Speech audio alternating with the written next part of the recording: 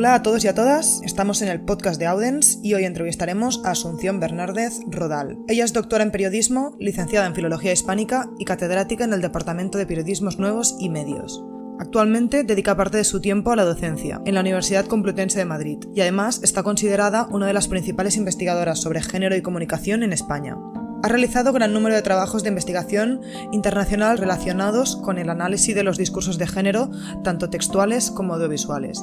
Algunos ejemplos de publicaciones suyas son el libro que sacó en 2015 con el título de Mujeres en Medios, propuestas para analizar la comunicación masiva con perspectiva de género, y el libro Soft Power, heroínas y muñecas en la cultura mediática de 2018. Entre otras cosas, también ha formado parte de la Comisión de Expertas y Expertos para la Violencia de Género en los Medios de Comunicación del Ministerio de Igualdad. Hoy vamos a preguntarle sobre comunicación y sexismo. Sin más dilación, que empiece el podcast.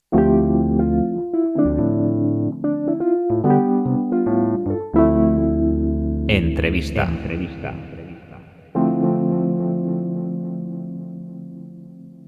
La primera pregunta que te queríamos comentar es que en el libro Soft Power, heroínas y muñecas en la cultura mediática analizas los mecanismos de socialización sexista en la cultura audiovisual, entre otras muchas cosas, ¿no? ¿Cómo podemos entender el soft power, ¿no? Que es el tema al final de fondo de este libro, ¿no? ¿Qué es exactamente este soft power? Hola, Guillem. Pues mira, el soft power es, sí se define como el poder blando. Que generó por ahí un teórico que nos da igual. Tiene que ver con la teoría sociológica también, ¿no? De hablar cómo a veces vivimos en la vida, a veces parece que hay poderes que son como más duros en el sentido que nos obligan, como podría ser, por ejemplo, todo un sistema legal, como podría ser el sistema educativo, como podría ser la vida religiosa, ¿no? Que son todos sistemas de normas al final que tenemos que cumplir. Y los percibimos como sistemas que son más duros porque como que las normas están explícitas, los castigos, si no nos comportamos de acuerdo a esas leyes, también están como muy claros. Pero en las culturas contemporáneas, ¿qué ha ocurrido? Que los medios de comunicación, sobre todo a partir de que se inventa el cine, que se inventa el grabar sonido, pero el mundo de la imagen ha sido muy potente en este sentido. Bueno, pues ¿qué ocurre? Que lo que antes nos venía por otro tipo de sistemas, como era la familia, como era la religión o como era la escuela, digamos un sistema de normas, cómo aprendemos las normas, cómo aprendemos los seres humanos a saber cómo nos tenemos que comportar. Esto que llamamos también poder simbólico, ¿no? Los poderes simbólicos venían por ese tipo de instituciones más duras, pero lo que ocurre en el mundo contemporáneo es que desde que se inventa la fotografía, desde que se inventan los medios de comunicación de masas, pues llegan de una manera que están muchísimo más asociadas con formas de ocio, por ejemplo. No con lo racional, sino muchísimo más con lo emocional, con los gustos estéticos, ¿no? Entonces, son poderes blandos en el sentido que parece que nadie nos está obligando a nada, no nos obligan a un comportamiento, no tenemos claramente la punición por faltar a una norma, ¿no? En este tipo de medios, sino que incluso, por ejemplo, nos animan los medios de comunicación o las ficciones, nos animan como a saltárnoslas, ¿no? Pues fíjate el éxito que han tenido en el cine, pues yo qué sé, todo el sistema de heroísmo masculino, donde tú tienes ahí un montón de señores que se saltan las normas y las prescripciones de la vida normal y entran por ahí, ¿no? Y claro, eso parece como inocente, porque supuestamente lo leemos como dentro de la ficción y por lo tanto eso que tiene que ver con el juego, con un disfrute como inocente pero claro, la paradoja es que esos medios nos están educando, entre comillas, ¿no? Educando en el sentido en que también nos están enseñando a ser, a cómo tenemos que ser, cómo tenemos que comportarnos, qué valores tenemos que tener en la sociabilidad, con qué podemos disfrutar y con qué nos tenemos que sentir culpables, ¿no? De los disfrutes, y todo eso nos está llegando ahora a través de las ficciones, por ejemplo. Ese es el sentido del soft power, ¿no? No ese mundo de normas, normativo, de decir las leyes son estas, sino los disfrutes, la posibilidad de disfrutar son estas, pero ahí hay muchísimo aprendizaje de lo que somos, de a qué aspiramos, cómo queremos vivir, etcétera. Uh-huh. Y en relación con estos medios de comunicación de los que hablabas, nos preguntamos en qué medida tienen poder en la construcción de nuestras identidades y en concreto en nuestras identidades en relación al género y qué resistencia podemos ofrecer a ello. Hola Laura, que no te he saludado antes. Yo creo que tienen muchísimo poder a la hora de definir nuestras identidades los medios de comunicación. Por lo mismo que decía antes, porque los poderes más duros, que serían por ejemplo la familia, ¿no? Es verdad que por ejemplo modelamos nuestros deseos identitarios a través del grupo familiar, ¿no? Por ejemplo, de nuestros medios sociológico más primario. Pero hoy día la realidad es que consumimos muchísima ficción. Los humanos hoy en día nacemos y la cantidad de horas de consumo que tienen que ver desde qué música escuchamos, qué videojuegos consumimos, incluso qué cómics podemos leer, qué películas vemos, ¿no? Todo eso genera, desde luego, una serie de modelos ideales de lo que podemos ser y qué es lo deseable y qué es lo no aceptable. Por ejemplo, te pongo un ejemplo. Un modelo que ha sido muy tradicional referido al género identitario ha sido el ama de casa, ¿no? El ama de casa ha sido, es decir, la madre cuidadora, la madre que está en el hogar, que cuida de una familia, ha sido un estereotipo en la tradición cultural nuestra muy arraigado, incluso muy valorado en momentos históricos. Yo diría que en los últimos 30 o 40 años, por ejemplo, ha sido un modelo, el de la madre de familia, completamente desvirtuado. Y hoy tú preguntas, por ahí se ha hecho algún trabajo sobre los estereotipos de la feminidad, cuáles son los menos deseables para la gente joven, y el modelo, por ejemplo, de madre del hogar es el menos deseable para las mujeres hoy día, para las mujeres muy jóvenes. ¿Por qué? Porque los medios están trabajando sobre cómo tenemos que ser las mujeres o cómo tenemos que ser los hombres en el medio social. Entonces, claro, hay muchos modelos que se han ido transformando y estos modelos están siempre en transformación. Por ejemplo, los medios han aportado hoy modelos más complejos en torno a la masculinidad, por ejemplo, ¿no? Que es verdad que existe la masculinidad hegemónica con los valores tradicionales de control, de racionalidad, etcétera, pero también los medios trabajan con otro tipo de modelos, pues si queremos más complejos, sobre los varones, ¿no? Que ya no todos los hombres tienen que ser ese tipo de modelo tradicional. Entonces, bueno, claro que influyen en la construcción de nuestra identidad, porque sobre todo en este mundo posmoderno, donde se nos ha dicho que una de las grandes obligaciones, entre comillas, que tenemos los seres humanos en la vida contemporánea es construirnos identitariamente. Que esto es algo nuevo verdaderamente en la historia, porque hasta no hace mucho la gente nacía en una determinada clase social y su identidad personal tenía que ver con la identidad familiar. Dependía del grupo en el que había nacido y, bueno, su desarrollo personal, con quién se casaba, qué expectativas laborales tenía que ver mucho con el grupo. Pero hoy en día, claro, el mundo este capitalista que tenemos, lo que ocurre es que nos ha ido convenciendo, ha ido haciendo un trabajo, ¿no? Diciendo que podemos ser lo que queremos, que nuestra identidad es algo que tenemos que conseguir, que tenemos que alcanzar. ¿Y cómo lo alcanzamos? Pues a través, desde luego, de muchas veces de lo que es el consumo de estilos de vida, de lo que consideramos ideal para nosotros, etc. Entonces, en definitiva, ¿caben posibilidades de resistencia? Por supuesto que sí. O sea, lo que estamos viendo en los últimos tiempos es cómo existen, sobre todo en la cultura mainstream, lo que podríamos llamar modelos hegemónicos, ¿no? Y existen modelos que son alternativos. Y claro, estamos en un mundo de la creatividad, de la creación. Los medios de comunicación están todo el tiempo jugando con la persistencia de los estereotipos, por ejemplo, pero también se juega con el cambio, ¿no? Porque parece que hay que innovar, que hay que cambiar. Entonces, aparentemente se da un gran cambio y en los últimos años se ha dado un gran cambio. Retomo el ejemplo de antes. Hoy día las niñas no quieren ser, en su inmensa mayoría, amas de casa y quedarse en su casa. Y era el modelo dominante en 2 generaciones anteriores, ¿no? Que parece mucho tiempo, pero no es tanto tiempo. Y eso lo ha hecho muchísimo los medios de comunicación. Entonces, claro que hay posibilidad de resistencia. Hay un mundo que yo creo que es como hegemónico y hay un mundo de resistencias también a lo hegemónico, ¿Qué sería, por ejemplo, un modelo femenino hegemónico? Ahí tenemos el problema de definirlo, ¿no? Y de centrarlo, y seguramente no vamos a ser capaces de dibujar un modelo total, ¿no? Pero yo creo que un modelo hegemónico, por ejemplo, sería hoy una mujer que sería una mujer profesional, una mujer competitiva, una mujer no dedicada a la familia en principio, sino más dedicada al mundo laboral. Ese sería un poco el modelo hegemónico, ¿no? Incluso podemos incluir algunos rasgos que pueden ser más cuestionados, ¿no? Mujeres que se consiguen, que lo hay en tantas películas, mujeres que consiguen defenderse con las mismas armas de los varones. Por ejemplo, ese sería un modelo hegemónico. Pero luego también hay modelos en la ficción y hay modelos en el mainstream que a lo mejor se apartan de eso, ¿no?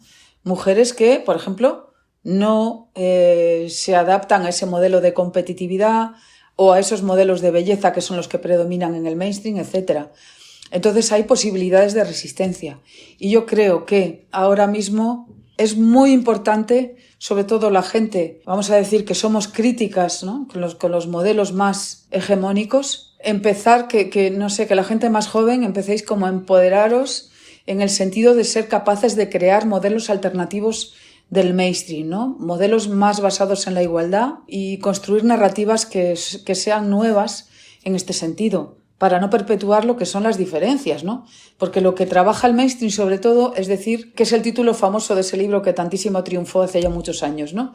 El mainstream trabaja diciéndonos los hombres son de Marte y las mujeres son de Venus, ¿no? Por lo tanto, estamos enfrentados porque tenemos como sustancias diferentes, somos distintos, ¿no? Entonces, claro, eso son posturas que son muy conservadoras, porque nos dicen, si nos conformamos y decimos, aceptamos, por ejemplo, que somos unos de Marte y otros de Venus y que tenemos cualidades contemporáneas, bueno, si tú aceptas eso, que es la solución conservadora del tema, vamos a ser felices los hombres y las mujeres juntos, ¿no? Pero sabemos que la realidad no es así. La realidad es muchísimo más diversa, es muchísimo más compleja. Y yo creo que a lo que tiene que atender la cultura mainstream y lo que tiene que atender lo que es la creación audiovisual es a marcar la diversidad y poder ser de maneras muy diferentes. Eso es lo interesante para mí, ¿no? Y sería el gran poder que hay ahora mismo haciéndose con las herramientas de la creatividad. Ahora, ¿qué ocurre? Todo lo audiovisual tiene que ver con la empresa, con las empresas. Estamos hablando de dinero. ¿En qué invierten las grandes empresas? Pues en productos que muchas veces tienen una estereotipación que es escandalosamente terrible, ¿no? Donde a las mujeres se las sexualiza, donde a las mujeres, pues se nos presenta a lo mejor como, por ejemplo, una forma muy común últimamente es que se nos presente como profesionales, pero ojo, con algunos problemas, por ejemplo, emocionales, ¿no? Que también es típico como el personaje de Bones, ¿no? Ahí tú tienes una profesional, pero oye, es que es una rarita, no consigue cómo integrarse, tal. Entonces, bueno, ¿cuál es la manera de salir de ese círculo vicioso? Bueno, como tiene que ver con conseguir recursos, yo tengo mucha fe en que la gente más joven seáis capaces de generar como estructuras creativas que sean alternativas, ¿no? Que podáis generar música, que podáis generar cómic, que podáis generar... porque ahora mismo como que lo teórico lo tenemos muy, muy trabajado, ¿no? Pero estamos como mucho más necesitadas de prácticas verdaderamente opositivas, que como decías tú, Laura, hace un momento, ¿no? O sea, que tenemos que trabajar en las prácticas de resistencia y es importante hacerlo, porque si no estamos asistiendo a un mundo que curiosamente se ha vuelto, que es como contradictorio. Por un lado somos más iguales las mujeres que los hombres, pero fijaros lo que ocurre en las redes sociales, que en muchísimas de las redes, pues por ejemplo, antes decíamos el cine sexualiza a las mujeres o la publicidad sexualiza a las mujeres. Lo terrible es ver cómo hoy día en las redes sociales tú dices, bueno, pero si sois las propias mujeres las que os sexualizáis. Y es verdad que en las youtubers o en las tiktokers, no sé qué, resulta que cuando las mujeres se hacen fotos, por ejemplo, lo hacen autosexualizándose. Pero claro, ahí está el trabajo que tenemos que hacer, ¿no? Que eso es lo verdaderamente revolucionario. Es decir, que ni que los hombres se representen a sí mismos como dominadores o las mujeres como dominadas, ¿no? O como hipersexualizadas. Creo que ahí hay que hacer un trabajo común, deshaciendo ese tipo de trabajo al que nos vemos abocadas casi siempre en el mainstream, ¿no? Y eso es lo importante. Y no seremos capaces de crear una cultura alternativa hasta que verdaderamente no contemos con creaciones de otra gente que vive de otra manera y piensa que deshacer este tipo de jerarquías, bueno, pues es lo que sería lo bueno para el futuro humano, ¿no? Porque es que además estamos en un momento, nos están llevando un poco esta mentalidad tradicional basada en la competitividad, en el belicismo, en el uso de la fuerza, en la explotación salvaje de la naturaleza sin control. O sea, bueno, estamos en un momento muy importante en este sentido. Yo creo que es lo que, en fin, debemos aprender a hacer, ¿no? Y si no lo metemos en el soft power, tenemos que meter estas claves en el soft power, ¿no? Sí. De hecho, en esto que comentabas ahora de esta relación entre la sexualización de la mujer y los medios mainstream, por ejemplo, el último videojuego, el más vendido de los últimos tiempos, que es el GTA V, donde, por ejemplo, no hay ni una sola mujer que sea policía en toda la ciudad, ¿no? Que allí es representada. Muchas otras cosas. Yo que soy profesor, pues prácticamente todos mis alumnos han jugado este videojuego, y en los videojuegos que juegan no, digamos, al menos de momento no tienen estas narrativas alternativas o estas representaciones alternativas. En relación a esto, teníamos una pregunta que es un poco abstracta, que es ¿cuán importante se podría decir que es la sexualización cosificadora de la mujer en las estructuras de poder de la sociedad? Sí, la verdad que me he quedado antes pensando en esta pregunta también, ¿no? ¿Cuánto poder tiene? Y no sé si la conecto con otra que me hicisteis, que estaba puesta en vuestro texto, que sí, ¿y a quién beneficia, no? Porque yo creo que esto es evidente que tú lo has dicho, ¿no? La realidad es que la cosificación, la sexualización se sigue produciendo de una manera bastante brutal en el mainstream, ¿no? Yo creo que desde luego, como educadores, como educadoras, tenemos que enseñar a leer de manera crítica todo esto, ¿no? Y tenemos que enseñar a pensar a la gente y no sé, yo diría que fastidiarles un poco el placer de identificarse con ese tipo de productos, ¿no? Y eso es lo que podemos enseñar, porque verdaderamente eso al final no favorece una sociedad igualitaria. Y la igualdad tiene cosas buenas para los hombres y para las mujeres, ¿no? Entonces, tenemos que educar. Yo no tengo otra clave más que la educación, de verdad, porque no nos vale ni prohibir. Bueno, hay gente que sí, que desde luego dentro del feminismo dices que hay que prohibir ciertos productos, ¿no? Bueno, yo no lo tengo desde luego nada claro y creo que prohibir no es la solución.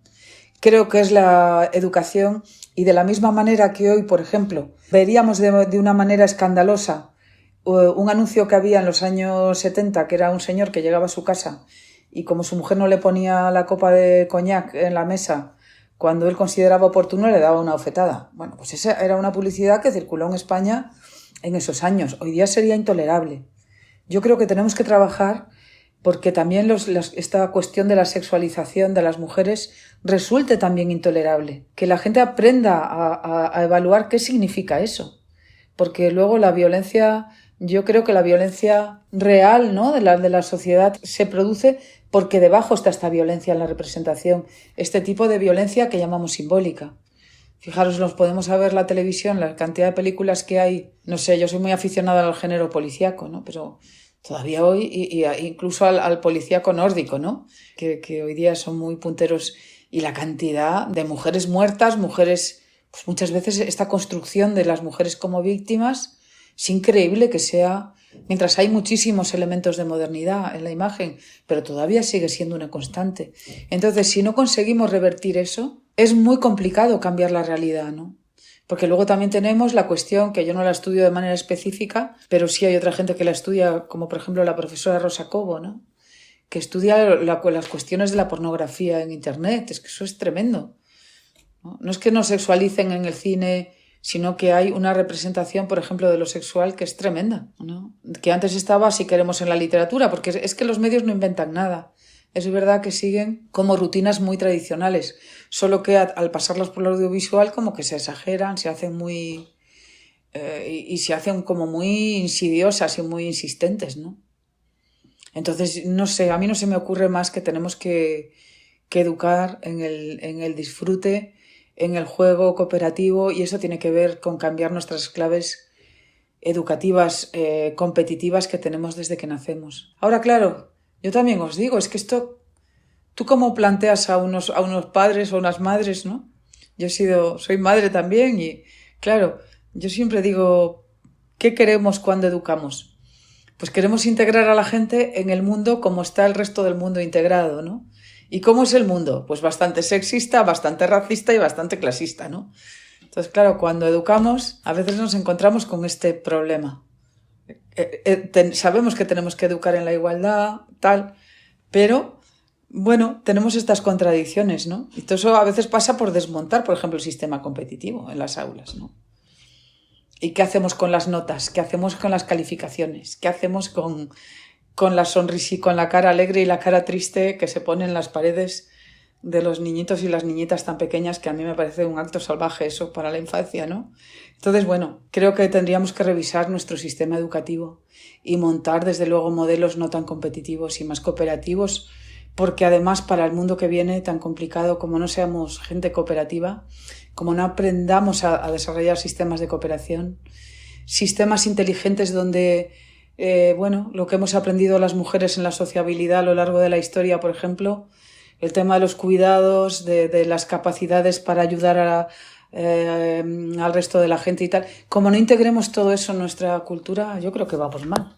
Porque el tema de la guerra ya vemos los resultados a que nos lleva, ¿no? Y de la competición. O sea que es como, a lo mejor os parece que es como que saco los temas ¿no? Y los llevo desde el feminismo a la guerra de Ucrania. Bueno, es que todo tiene que ver. O sea, en el fondo es como una matriz de cómo pensamos, cómo nos construimos racionalmente, ¿no? Solo que lo vemos de una manera inocente y nos parece bien cuando lo vemos en, por ejemplo, niños y niñas y decimos, es que tienen que ser competitivos desde pequeñitos hasta...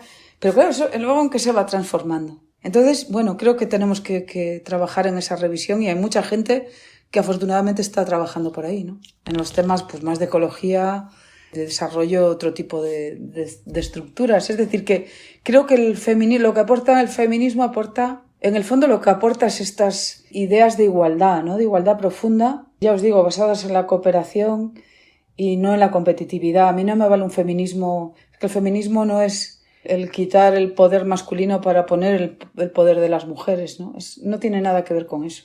Para mí, desde luego, es cambiar las estructuras para que nadie tenga un excesivo poder de unos sobre otros, ¿no? O unas sobre otras. Ni de los adultos sobre la infancia, ni de los niños, los hombres sobre las mujeres, ni de los humanos sobre los animales. Es decir, es una matriz, en el fondo, muy cooperativa en todo, ¿no? Has publicado diversos artículos sobre movilizaciones críticas a través de las redes sociales. Un ejemplo es Cultura y movilización social contra la violencia sexual a través de Twitter, el caso del fallo judicial de la manada en España. Y nos preguntamos si crees que es posible usar una herramienta capitalista como lo son las redes sociales contra estructuras de poder. ¿Y por qué? Bueno, pues mira, la verdad que cuando Internet comenzó, es curioso que en torno al año 2000 se desarrolló todo un movimiento que luego recibió el nombre de ciberfeminismo, ¿no? Digamos que la gente que trabajamos en feminismo nos pusimos todo el mundo muy contentas porque dijimos, bueno, la red nos va a proporcionar la posibilidad de intervenir en los discursos públicos, tanto políticos como creativos, es decir, en todos los órdenes de la realidad, ¿no? Porque es verdad, o sea, yo puedo ser un artista y ya no voy a necesitar una galería para exponer mi trabajo, ¿no? Y porque voy a dar a conocer mis obras, vamos a poder establecer redes de cooperación. Y es verdad que eso ha sido así. Eso es verdad que ha sido así y no podemos explicar el éxito del feminismo de las generaciones más jóvenes como pueden ser las vuestras, porque hay muchísimas mujeres y muchos hombres jóvenes militando más cercanos al feminismo de lo que podía haber hace 20 años. Eso sin duda, ¿no? La movilización del 2018, por ejemplo, la huelga general del 8 de marzo, fue espectacular. Y hoy día es verdad que ya tenemos en la cultura de una manera, yo lo llamo siempre como un feminismo difuso dentro de la cultura mainstream, ¿no? Y eso es verdad que eso se ha podido producir porque existe este sistema de comunicación en red que se ha generado en estos últimos 20 o 25 años, ¿no? Ahora, claro, si me preguntas en concreto por las redes sociales, que yo también me dedico, como veis, a estudiarlo más en un plano más de investigación, porque particularmente no me gustan mucho. ¿Por qué? Porque es una forma de comunicación que yo diría, a veces bromeo y digo, es como que a la gente se le ven las ideas, ¿no? Y a veces que se nos vean las ideas no es muy bueno. Es como cuando tú te pones a discutir con alguien en tu familia a la que quieres, a la que aprecias, pero que tienes un conflicto, seguramente se te están ocurriendo cosas horribles que hemos aprendido en la vida de interacción que mejor no decirlas. Porque si tú vives con tu padre, con tu pareja o con tu tal y le dices eres una imbécil, sabes que recoger las velas de eso tiene un coste, ¿no? Y normalmente practicamos la contención en la interacción, porque es que tiene que ser así. Mientras, claro, las redes, como están sostenidas sobre el anonimato, eso funciona de una manera terrible. La gente no tiene contención, ¿no? Como que no se juega nada en la interacción y puede decir cualquier barbaridad. Claro, es verdad que en los últimos tiempos eso ha creado un ambiente, como sabemos, en el que no ha ganado, parece que no está ganando, en principio, la gente que cree más en la igualdad, en la cooperación, en el desarrollo de un mundo mejor. Vemos como, por ejemplo, el peligro de la ultraderecha lo hemos estado viendo en los últimos tiempos, ¿no? El tema de las fake news, o sea, estamos viendo muchos problemas en este tipo de modelo, ¿no? Entonces, para mí las redes son positivas y han sido muy positivas, porque si no, esta cuarta ola de feminismo no existiría, que es vuestro feminismo, es de la generación más joven, pues estaríamos ahí 4 mayores, pues con el trabajo que hemos hecho siempre, pero no existiría todo este movimiento y esta capacidad organizativa. Pero por otro lado, ojo, también por ejemplo, cómo se utiliza el éxito del feminismo en las redes para atacar al propio feminismo es también bastante brutal, ¿no? Entonces veo este tipo de problemas. ¿Cómo se solucionan? Bueno, pues es un interés político que tiene que haber. Bueno, en Europa es el único sitio del mundo donde la Comunidad Europea por lo menos se plantea la posibilidad de hacer algún tipo de regulación, ¿no? En Internet, pero no sabemos cómo, no sabemos cuándo. Y vamos a ver cómo se puede hacer. De momento no nos queda más remedio que convivir con este medio, y yo creo que lo interesante es lo que os decía antes, apostar por hacer otro tipo de comunicación más alternativa. Por ejemplo, ahora mismo el éxito de los podcasts, ¿no? Como hay varios podcasts en concreto de mujeres con perspectiva de género, comentando la realidad de las mujeres o de fuera de las... Pues bueno, eso es un mundo también maravilloso. Ahora, ¿a qué nos aboca las redes? Claro, o cuál es uno de los grandes problemas. Es que trabajamos, o sea, en el fondo consumimos hoy día medios en lo que se llaman burbujas comunicativas. O sea, ahora el problema es que si yo soy feminista voy a escuchar una serie de podcasts o voy a elegir una serie de películas y no interactúo absolutamente nada con la gente que es, por ejemplo, muy conservadora o antifeminista, que va a tener también esos podcasts.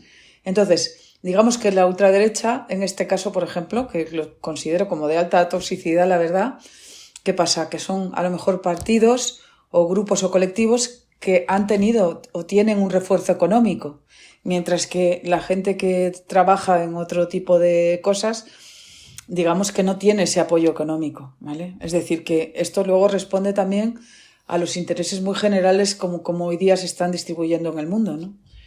Pues lo que son los medios de comunicación, la estructura de medios de comunicación.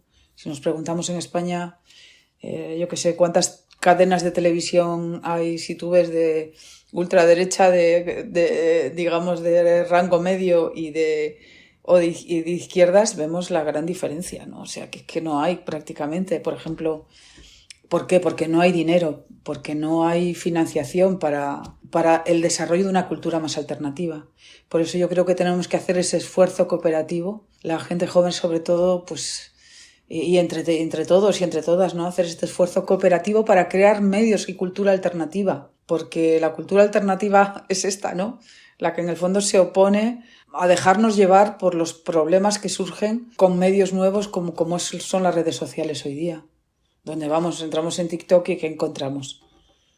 Pues la mayoría de las veces cosas muy tontas, ¿no? O mujeres muy sexualizadas, autosexualizadas, tal. Bueno, encontramos otras cosas y ahí es donde nos tenemos que agarrar.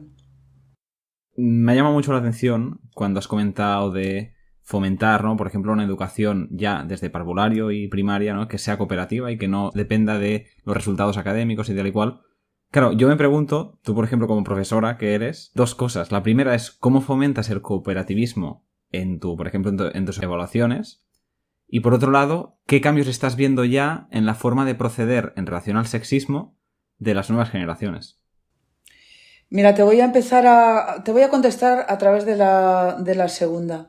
Claro, yo llevo dando clases de género 20 años y la verdad que a mí últimamente ¿sabéis lo que más me sorprende? Que de repente tal vez es un efecto de los 2 años estos de pandemia que han sido muy demoledores, ¿no? Pero, por ejemplo, ahora yo es una percepción, una autopercepción que a lo mejor es muy casual porque estamos hablando de estos 2 últimos años, ¿no? Como que lo que he percibido ahora es como que los grupos que tengo son como más uniformes, ¿no? Hay un trabajo como más uniformado, como que todo el mundo llega no sé cómo explicarlo, ¿no? A mí me llama mucho la atención porque yo se lo pregunto en las clases, no por molestar, sino por saber. Pero, por ejemplo, yo les pregunto, a ver, ¿habéis tratado algún tema que podríamos calificar de controversial en la enseñanza media? No sé, pues eso, algo de ecología, algo de culturas más alternativas, Y es curioso que la mayoría de la gente te dice que no, o de feminismo.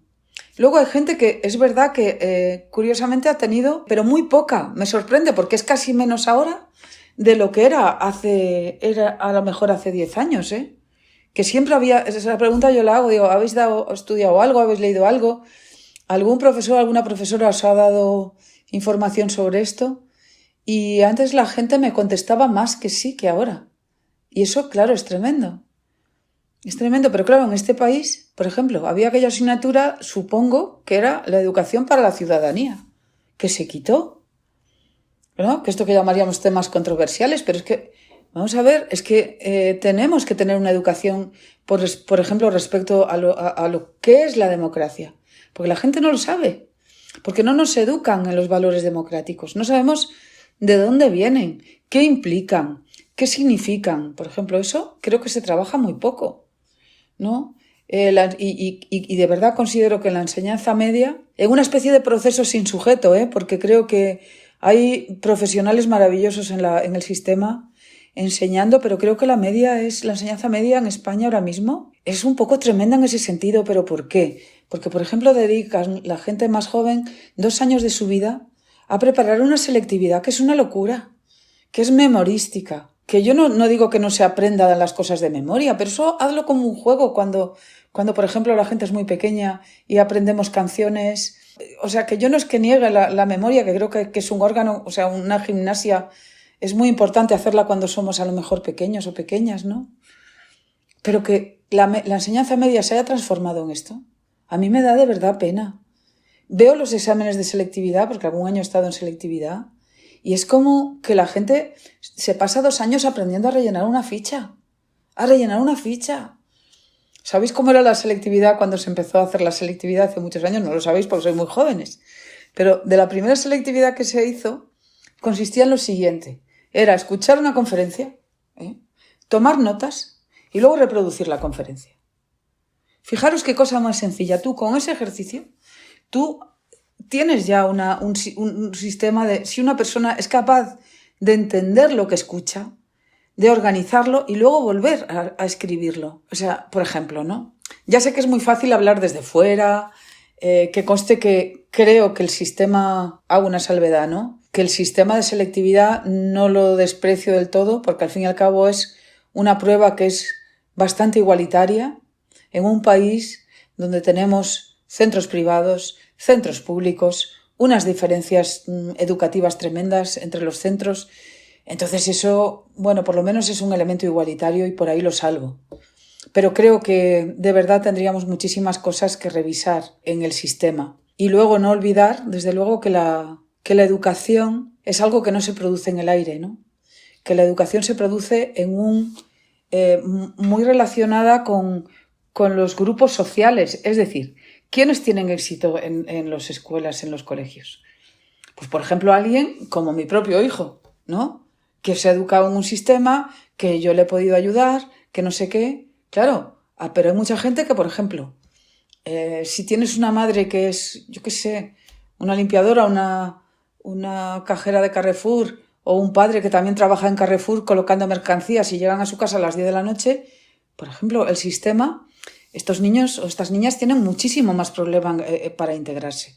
La educación pública debería estar para ayudar, por ejemplo, en esos casos, a igualar la diferencia, ¿no?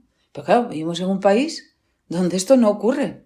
Lo público tiene muchísima menos ayuda, cada vez ha tenido como menos ayudas públicas, y no es solo atender a los contenidos, es atender a lo social, a qué está pasando en lo social. Yo qué sé, yo tengo una hermana en enseñanzas medias que me decía, es que esta niña, descubrí un día una alumna que tenía que vivía en el parking de Carrefour con su padre en una furgoneta. Es decir, ¿tú cómo le puedes pedir el mismo contenido que sepa el subjuntivo en inglés como a otra persona? Si es que cuando hay unos problemas tan gordos, ¿no? Entonces yo creo que la educación, si no tiene ese sentido de verdad igualitario, no tenemos nada. No tenemos nada porque vamos creando bolsas de diferenciación, ¿no? Entonces, la gente que le va bien en el sistema educativo, sobre todo, es gente que ya viene de un medio, digamos, donde se ha favorecido la cultura, donde se ha podido ayudar, pero la educación no está para eso, está para igualarnos y no para separarnos, ¿no?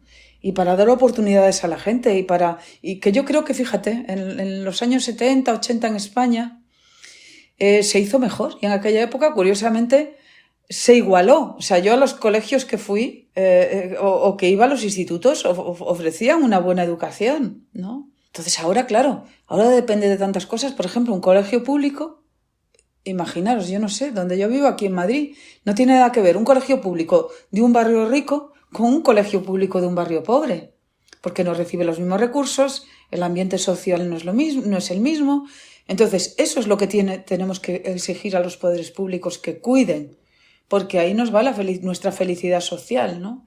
Y llamarme loca utópica, pero es que si no tendemos a la utopía y no tendemos a la igualdad, no tendremos nunca la felicidad, porque tenderemos a sociedades de donde se genera y se restituye continuamente el sistema de violencia, ¿no? Y luego, ¿sobre qué hago en mis clases? Pues hago un poco lo que puedo, la verdad, ¿eh? Hago lo que puedo porque... una vez más, yo soy profesora en la pública y tenemos, pues por ejemplo, yo tengo una optativa de 76 personas en clase. Entonces es difícil trabajar con un grupo de gente grande. No soy la mejor profesora del mundo, ¿no? La verdad que hago intentos de ir yo más a ellos, ¿no? Pero también te digo que generamos lo que un autor llamaba ansiedad de la influencia, ¿no? Es verdad que en el sistema luego universitario tienes a estudiantes que están ahí como gente que muy callada, temerosa, porque se siente deslegitimada su palabra frente a la voz de la autoridad, ¿no? Entonces es verdad que hay que hacer un trabajo para fomentar el diálogo, para que la gente no nos dé miedo a hablar, comunicar. Y es contradictorio, porque claro, yo por ejemplo de mi curso en concreto, pues no puedo hacer un trabajo de taller, ¿no? Que sería en los talleres es donde uno aprende, donde podemos compartir y, en fin, mis aspiraciones en esto son también muy básicas, ¿no? Yo creo que hoy día los conocimientos, no sé, tenemos tantísima información que lo que es importante es dar a la gente como una madeja de saberes y conocimientos y darles como un trocito de hilo para que si alguien se interesa por algo, que sepa que ese hilo existe y que puede tirar de él, ¿no? Del feminismo, de la ecología, de la igualdad. O sea, creo que tenemos que dar, yo por lo menos tengo esa función de dar hilos sobre todo, ¿no? Y también me gusta mucho que aprendo mucho, porque claro, yo como docente, para mí un problema, por ejemplo, la docencia muy grande respecto al género y respecto a otras cosas también, es que, por ejemplo, cuando yo era más joven y estudiaba, había modas, ¿no? Había modas de lectura, la gente que leíamos, pues leíamos ciertos libros o veíamos ciertas películas. Pero claro, ahora lo mismo que os decía antes, ¿no? Hay una fragmentación, que tú no encuentras una película que la haya visto todo el mundo, por ejemplo, de la que puedas hablar, ¿no? A veces me ha pasado, cuando Avatar hace unos años había sido la película más vista, es una película tan bonita, tan mainstream, tan tal, ¿habrá visto todo el mundo? Pues no. Hoy día, claro, tenemos estas burbujas y a mí me cuesta a veces trabajar en este tema de buscar documentos, de buscar experiencias de consumo cultural que sean comunes. Es curioso, ¿no? Y desde luego yo, claro, ahí estoy fuera. Por ejemplo, estoy fuera de lo que se pone de moda en TikTok, del mainstream y tal.